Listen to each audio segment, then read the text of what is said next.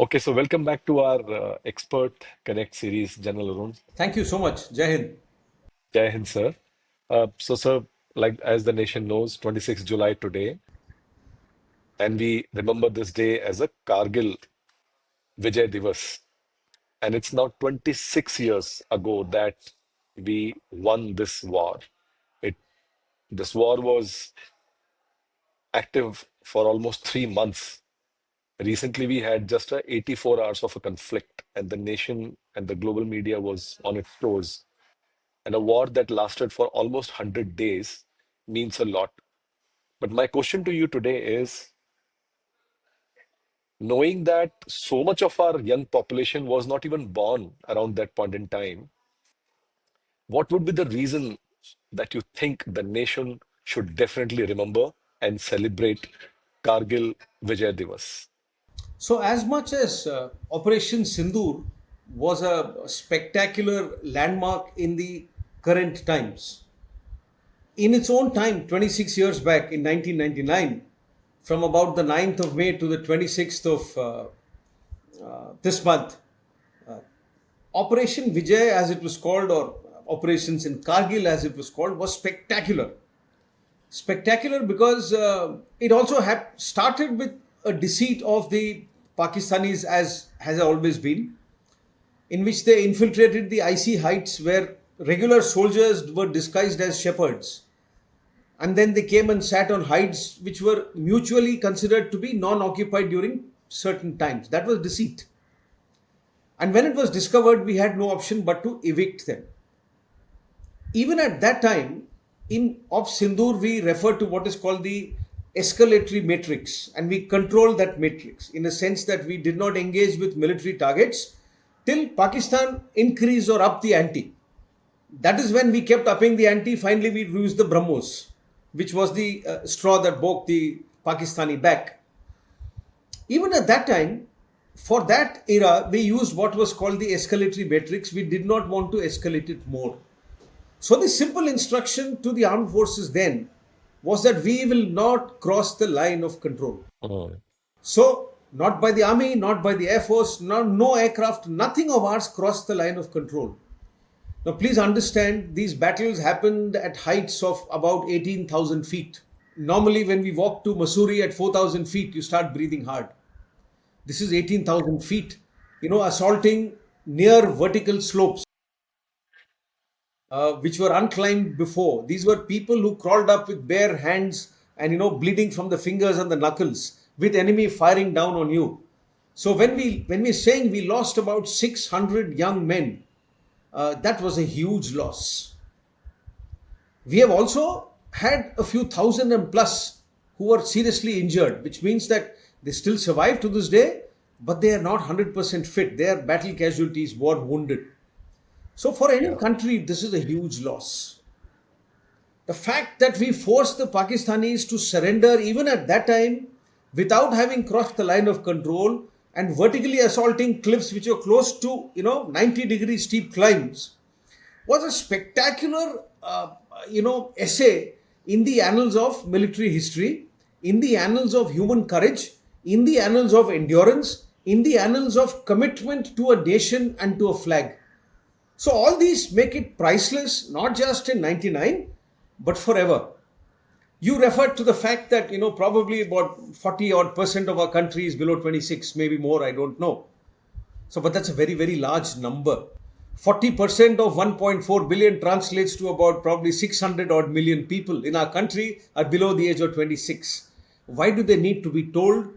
The reason I'm wearing saffron, what I'm wearing is an India flag today as I speak to you. The reason we look up at that flag with pride and in our eye and our chest puffs up is because there were people who are willing to make this sacrifice. Nations are built not only by money or by gold or bricks or silver or going to space, they're made by multiple things. All those threads combine together and make what a nation is. Most of it all, the ability to keep the national integrity and sovereignty of a country sacred is the single largest force that binds a nation.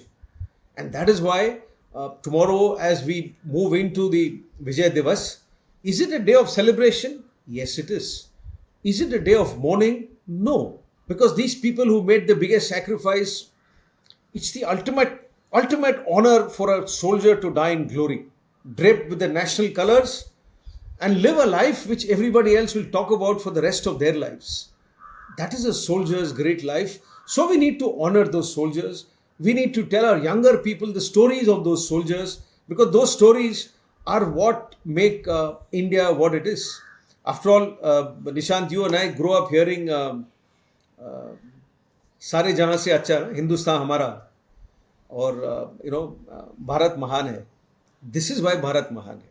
And that's the short answer to your question. We could talk for endless hours about this, but this is the stories that our younger people of our nation must know. And tomorrow is the day we pay homage to their sacrifices. If I may request you to share one of the stories that possibly the nation has not known enough from the Kargil War. Mike is all yours. Please tell us. I'll tell you one. There's a story of a commanding officer who was probably the oldest commanding officer at that time, probably even in the Indian Army. But his battalion was posted there, and it was a battalion that also won a Paramveer Chakra towards the end. And Colonel Thakur of the 18th Battalion, the Grenadiers, led the assault at an age where most people in urban cities won't even walk to the supermarket.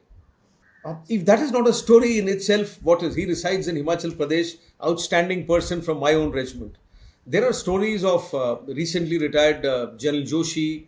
There are stories of Captain Batra. There are outstanding stories. Ye dil mange more.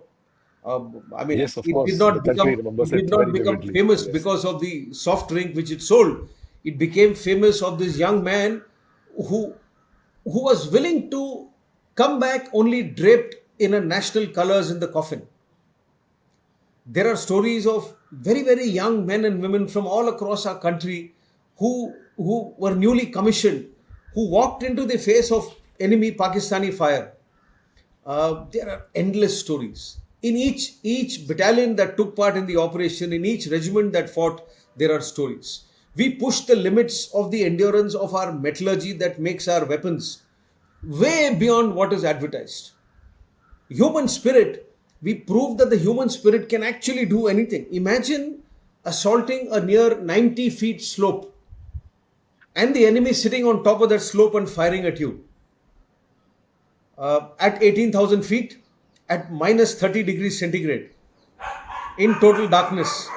Now, these are things which our young men did, and they did it outstandingly, Nishant. So, stories, I cannot tell you one story and fail to tell the others.